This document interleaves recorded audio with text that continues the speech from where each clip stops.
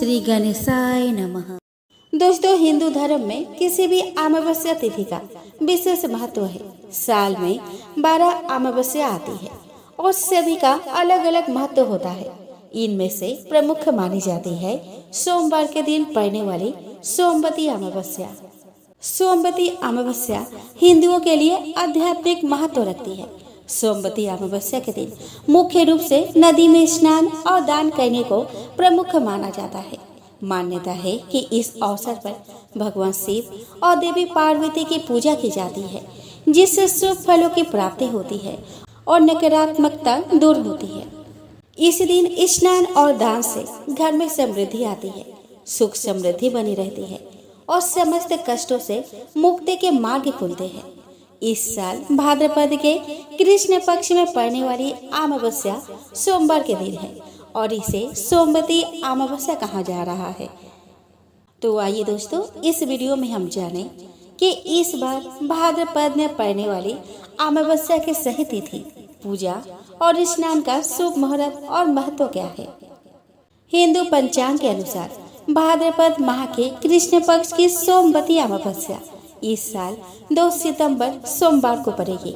भाद्रपद सोमवती अमावस्या का आरंभ 2 सितंबर को प्रातः 5:21 पर होगा और वही भाद्रपद सोमवती अमावस्या का समापन 3 सितंबर को प्रातः 7:24 पर होगा। चूँकि उदया तिथि में भाद्रपद अमावस्या 2 सितंबर को प्राप्त हो रही है, इसीलिए यह पर्व इसी दिन मनाया जाएगा। सोमवती अमावस्या के दिन किसी भी पवित्र नदी में स्नान करना बहुत शुभ माना जाता है। मान्यता है कि यदि कोई व्यक्ति इस दिन गंगा स्नान करता है तो उसे समस्त पापों से मुक्ति मिलती है और उसकी मुक्ति के द्वार खुलते हैं। वही यह भी कहा जाता है कि इस दिन यदि आप शुभ मुहूर्त में स्नान करें तो ज्यादा फलदायी होता है।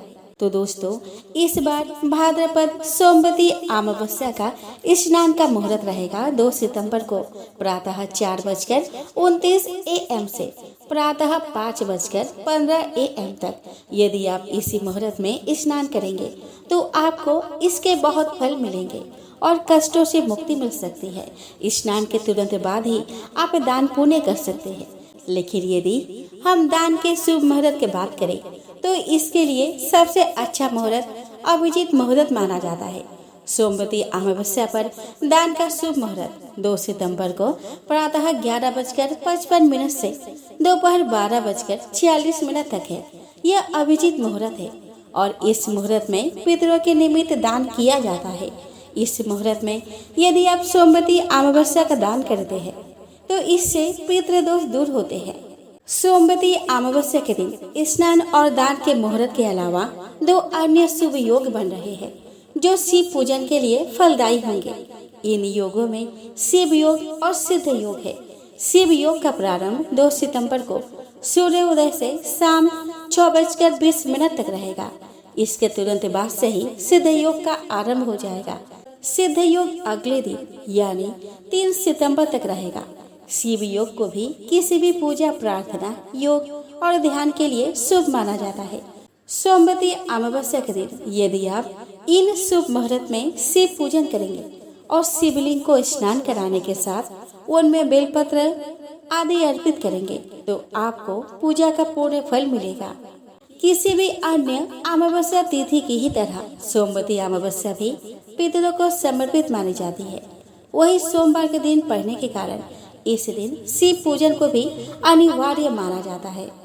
यदि आप इस अमावस्या तिथि को पितरों के नाम का तर्पण करते हैं, पितरों को जल और काले तिल चढ़ाते हैं और पितृ दोषों से मुक्ति की प्रार्थना करते हैं तो पितरों का आशीर्वाद मिलता है। इस दिन नदी में स्नान के समय पितरों के नाम से तर्पण और दान में जरूरतमंदों को उनकी आवश्यकता के चीजें देने से शुभ फल मिलते हैं। इसके साथ ही जो व्यक्ति इस दिन शिवलिंग का अभिषेक करता है और साथ में माता पार्वती का पूजन करता है, उसकी भी सभी इच्छाओं की पूर्ति हो सकती है। यदि आप इस दिन ब्रह्म मुहूर्त में पवित्र नदियों में स्नान और तर्पण करते हैं तो समस्त पितृदोष दूर होते हैं। इस दिन पितरों का श्राद्ध, तर्पण और पिंडदान भी किया जाता है। यदि आप इस दिन उन पितरों के लिए तर्पण करते हैं जिनकी मृत्यु का तिथि पता ना हो, तो उन्हें भी शांति मिलती है। सोमवती अमावस्या के दिन सबसे विशेष ज्योतिष उपाय किसी पवित्र नदी में स्नान करने को माना जाता है। यदि आप इस दिन नदी में स्नान ना कर पाए तो ब्रह्म मुहूर्त में स्नान के समय नहाने के पानी में गंगा जल की कुछ बूंदे मिलाएं। इससे भी आपको विशेष लाभ मिलेगा और नदी स्नान के समान ही पुण्य की प्राप्ति होगी।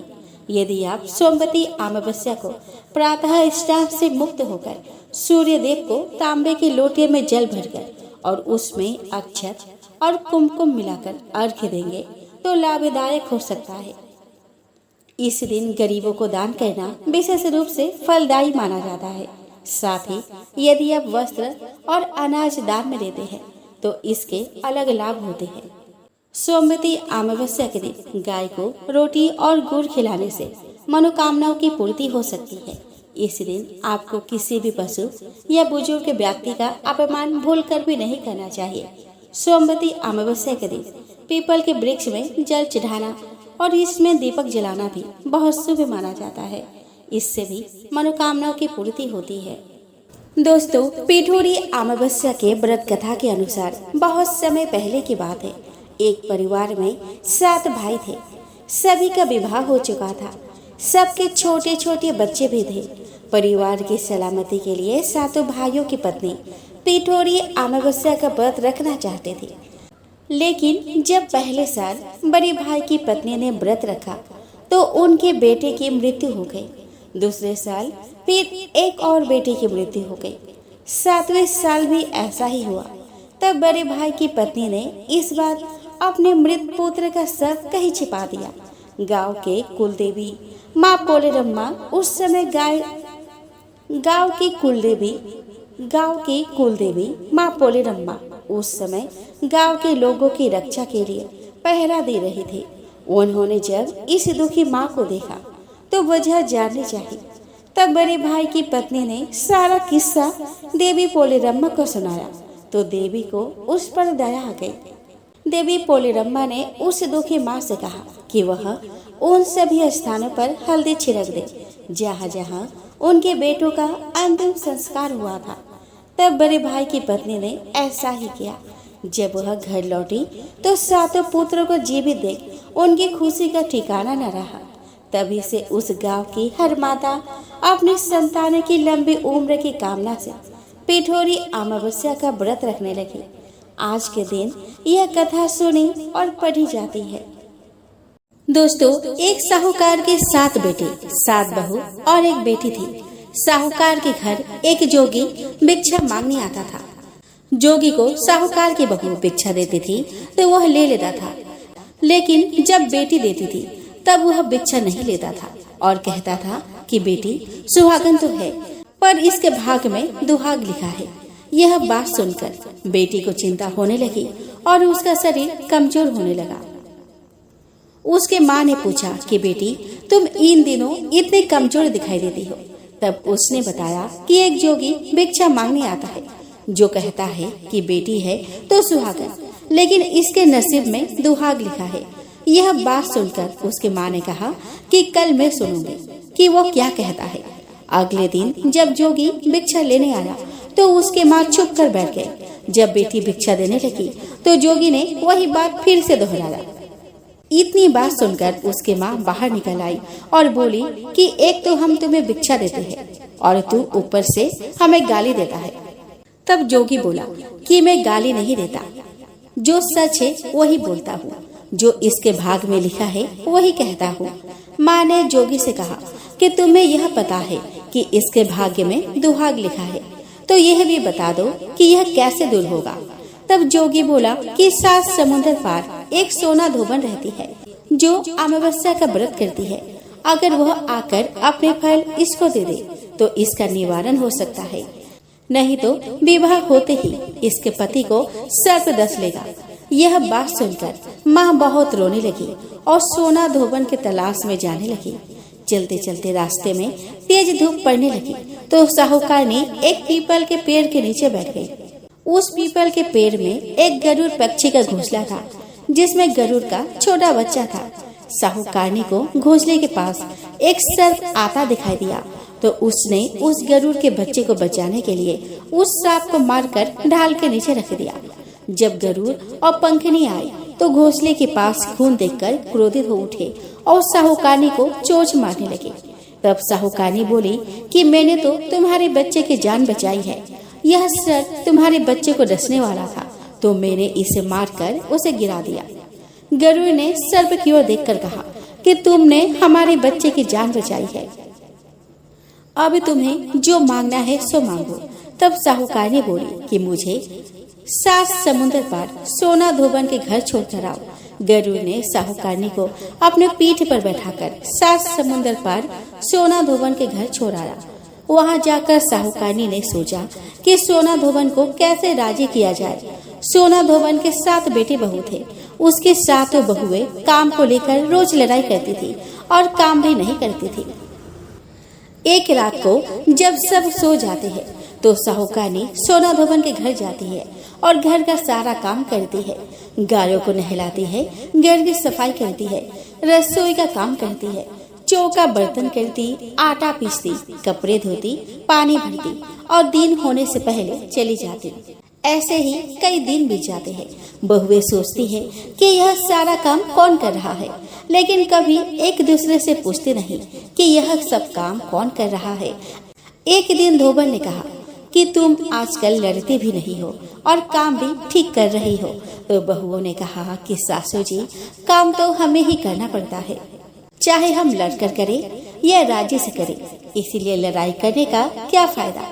सोना धोबन ने सोचा कि आज देखा जाए कि कौन सी बहू काम करती है और वह रात को सोई नहीं। उसने देखा कि रात को एक स्त्री आई और पूरा काम करके जाने लगी।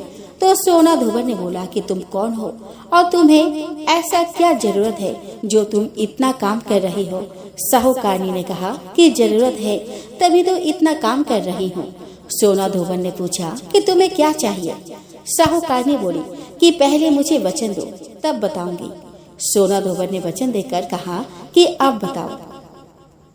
साहूकारनी बोली कि मेरे बेटी के भाग्य में दुहाग लिखा हुआ है, इसीलिए आप चलकर उसे सुहाग दे। सोना धोबन अपने बेटी बहू से बोली कि मैं तो साहूकारनी के साथ जा रही हूँ। यदि पीछे से तुम्हारे पिताजी मर जाए तो तेल घी के कूप में डालकर छोड़ देना। फिर दोनों जने साहूकारनी के घर चली जाती है। साहूकार की बेटी का विवाह होने लगा। दूल्हा पैरों में बैठ गया। सोना धोबन दूल्हे के घुटने के पास कच्चा करवा रखा, उसमें दूध डाला और तात का तार लेकर बैठ गए। थोड़ी देर बाद सांप दूल्हे को डसने के लिए आया।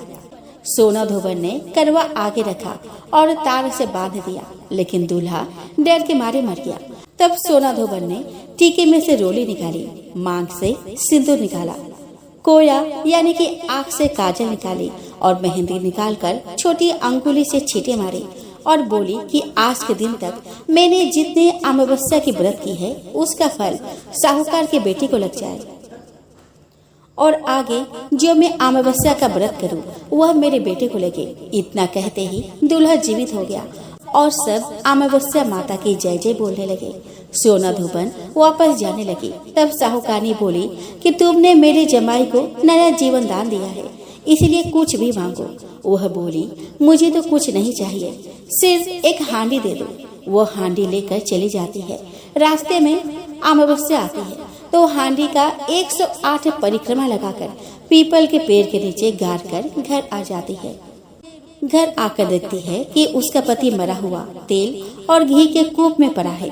तब वह टीका में से रोली निकाली, मांग में से सिंदूर निकाला, कोया में से काजल निकाली, नुम्बा में से मेहंदी निकालकर चिटली अंगुली से छींटे दिए और बोली कि मैंने जो रास्ते में अमावस्या का व्रत की है उसका फल मेरे पति को लगे। इतना कहते ही उसका पति जी उठा। घर का ज्योतिषी आया और बोला कि जजमान, अमावस्या को मेरा क्या है, तो दक्षिणा दे। सोना धोबन बोली कि मुझे तो अमावस्या रास्ते में आई थी तो कुछ भी नहीं किया, जो कुछ भी किया वह सब पीपल के नीचे ही गाड़ दिया।